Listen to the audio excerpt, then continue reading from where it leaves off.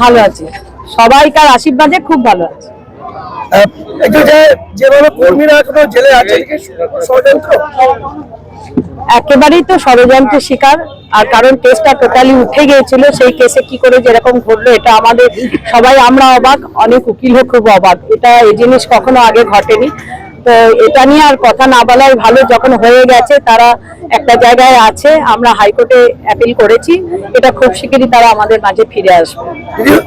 অসুস্থ কাটিয়ে সুস্থ আজকে কর্মীদের সঙ্গে মিছিল কেমন লাগছে? একাধিকবারই বলেছি যে খুবই ভালো লাগছে। আমি নিজে কাজে ঢুকে গেছি, যেদিন আমি এসেছি পরের দিন থেকেই আমি সবাইকার সাথে মিট করেছি, কারণ কর্মীদের মন খুব ভেঙে গিয়েছিল। সেই জায়গায় এসে আমি তাদের প্রত্যেকের কাছে পৌঁছেছি, প্রত্যেকের সঙ্গে ফোনে যোগাযোগ করেছি। আমি ভালো আছি, তারাও ভালো আছে। জীবনদায়ী ওষুধ এটা মানুষের খুবই প্রয়োজন, আজকে মূল্যবৃদ্ধি আকাশ ছোঁয়া, কি বলবেন তিনি? অবশ্যই বললাম যে মোদী সরকার শুধু বাংলার মানুষের উপর অত্যাচার আর যন্ত্রণা নামিয়ে এনেছেন।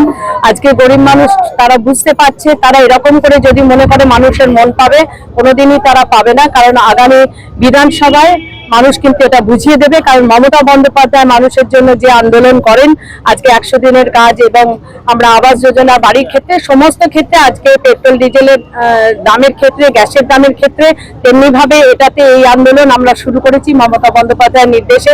মমতা বন্দ্যোপাধ্যায় বাংলার মানুষের সঙ্গে আছেন, সেক্ষেত্রে কিন্তু বিজেপি সিপিএম বাদ যাচ্ছে না। আজকে বিজেপি সরকার বাড়িয়েছে, কিন্তু বাংলার যারা বিজেপি, তারাও ওই ওষুধ কিনতে গিয়ে কম দামে নিশ্চয়ই পাবে না। তারা নিশ্চয়ই এই সেলে, চৈত্র মাসে সেলের মতো সেলে তারা ওষুধ পাবে না। ওই দিয়ে শেষ প্রশ্ন করবো, নির্বাচনের আগে বেশ একটা হুঁশিয়ারি দাওয়াই দিলেন আপনি, নিয়ে সিপিএম বিজেপিকে চাকা দিতে বললেন। অবশ্যই, কারণ তারা মানুষকে যে যন্ত্রণাটা দিচ্ছে তার প্রতিবাদে অন্য কিছু না, শুধু তো ছ্যাঁকাই দিতে বলেছি। এই জ্বলন তারা হয়তো কিছুক্ষণের জন্য ভোগ করবে, তাদের জ্বলনের মর্মটা তারা বুঝবে, এটার জন্যই ছ্যাঁকাটা দিতে বলেছি। নমস্কার।